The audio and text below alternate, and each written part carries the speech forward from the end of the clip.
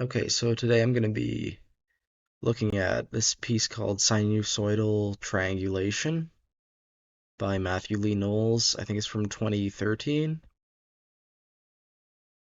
And I almost didn't get to this one, but luckily, well, for a long time it was just a MIDI recording on Matthew's YouTube channel, I think. But now we have a actual performance by the dedicatee Jonathan Powell. Um, So the piece is kind of split up into these half page yeah, between one line and three line little difficult things. And I think I saw somewhere that it's quote a lot of it is like Beethoven quotation. Um, don't quote me on that, but as for this pianist, yeah, they're British, um, 1969, so sort of late baby boomer generation ish, and he does a range of stuff from Bach to more contemporary work. I saw some interesting social media posts about this recent recording. You know what? I can't find it. It must be on Matthew's story, but basically, the pianist, I think, just signed the first page of the score and wrote in pink highlighter, Matthew, your piece is really fucking hard. So I think that sort of captures the sort of dynamic between these two and what constituted a collaboration here. And I'm excited to hear the performance.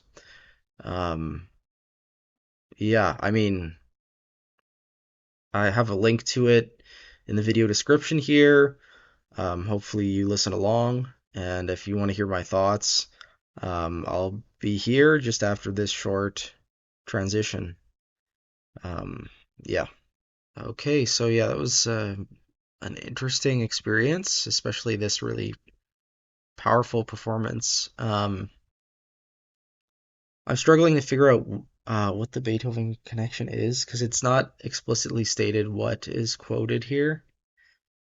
Um, but it definitely sounds Beethovenian in terms of the chords. Like it sounds like you took some Beethoven sonatas of some sort and blocked entire measures of them. Um, but also if you look at the key signatures, the order does not correspond to anything in the sonatas. All the keys seem plausible, but it's in this order of the composer's own choosing.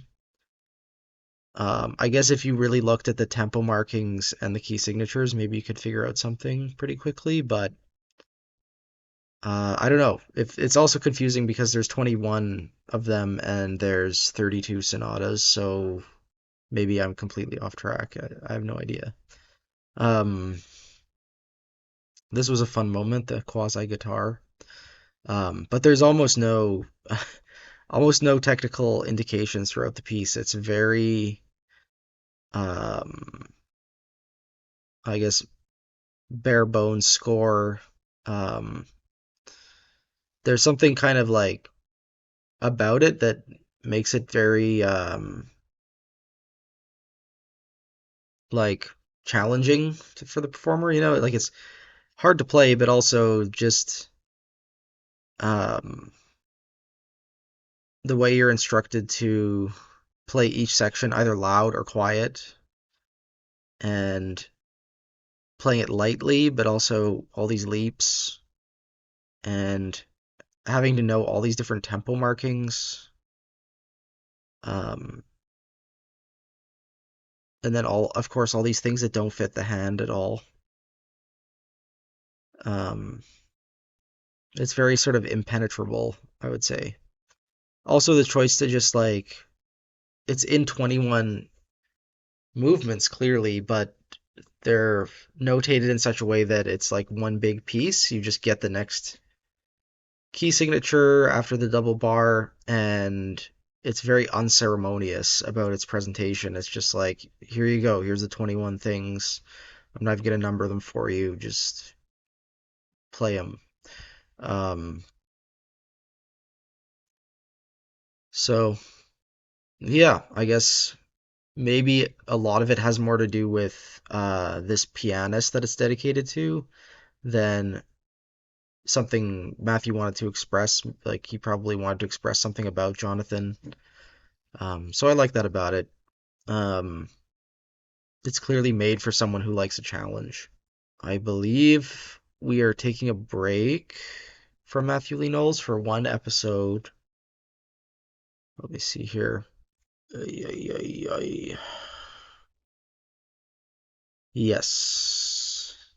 Because of the lack of recordings, we actually have a piece by Sergei Zanyi, this Russian composer, which does have a recording online. And I'd like to get to that tomorrow.